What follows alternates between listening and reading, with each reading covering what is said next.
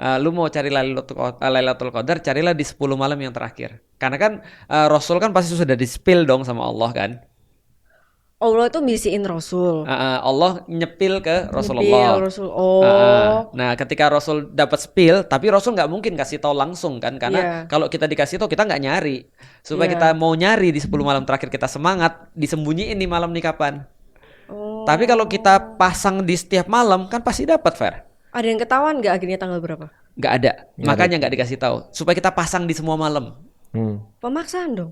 Bukan pemaksaan, Bukan justru kita pemaksaan. masang, bukan maksa. Maksudnya kayak nggak dikasih tahu. Nggak dikasih itu supaya menarik.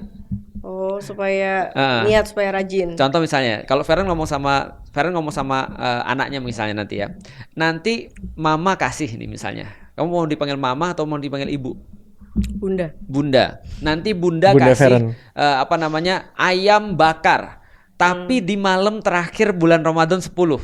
Nanti kalau siapa yang datang ke mama, siapa yang mama lihat nanti sholat di 10 malam nih, mama kasih. Tapi kapan mah? Pokoknya 10 malam terakhir ada aja pokoknya. Jadi kayak door prize. Jadi dia pasangan di semua malam kan, tinggal setiap malam dia bangun sholat misalnya, terus Fahrenheit dapat ayam deh. Ya kalau misalnya dia langsung 1 hari doang nih. Oke, fix tanggal 27. Dia cuma di situ doang. Kebanyakan orang pasti nggak bakal ngelakuin ibadahnya selain dari tanggal 27, ngerti nggak? Tapi kemungkinan besar di 25, 27 atau 29. Iya sih, berarti kan kayak mindsetnya berlomba-lomba untuk nyari pahala itu Pinter kan. banget. Iya benar. Berlomba-lomba di dalam Islam untuk mencari pahala namanya fastabikul khairat. Itu nggak apa-apa. Baru lagi. Apa Nggak namanya? apa-apa. Fastabikul khairat. Artinya apa? Berlomba-lomba dalam kebaikan. Persis dia ngomong.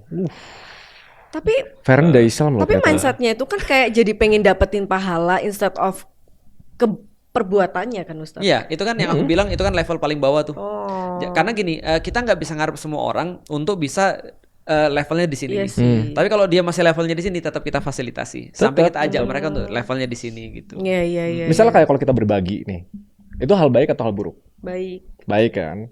Kalau berbagi, misalnya awalnya kan pasti nggak ikhlas dulu nih misalnya, karena gue disuruh mama, misalnya awal-awal, oke mas, setiap Jumat transfer awalnya, tapi lama-lama itu kan kayak enak juga ya berbagi ya. Yeah. Oh lama-lama itu jadi kayak emang value kita, emang itu habit Identity. kita, baru pelan-pelan naik. Tapi kan semua kepercayaan itu harus dimulai dari kita ngelakuin Belajar habit-habit dulu. kecil gitu. Jadi karena kita tahu tangganya tuh begitu, bahkan secara psikologis ya. Dan ini ternyata udah diatur di Islam juga gitu. Sistem pahala ini buat jadi gateway-nya, sebenarnya nggak gateway ya. Ya, pintu masuk bisa sih Ya, sebenarnya. jadi kayak pintu Pembelajaran. masuknya untuk orang mulai membangun habit berbuat baik. Iya. Gitu. Sama kayak gini deh, Feren pernah lihat nggak anak-anak belajar matematik?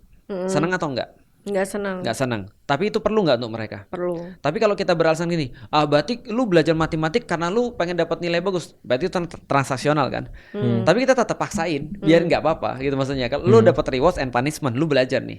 Nah, somehow ketika dia sudah gede, oh ya ini aku perlu sendiri, ya udah aku belajar sendiri. Nah, pahala tuh sama, pembelajaran. Intinya kayak ngebangun habit dulu. Nah, aku penasaran nih Ustaz. Ini out of context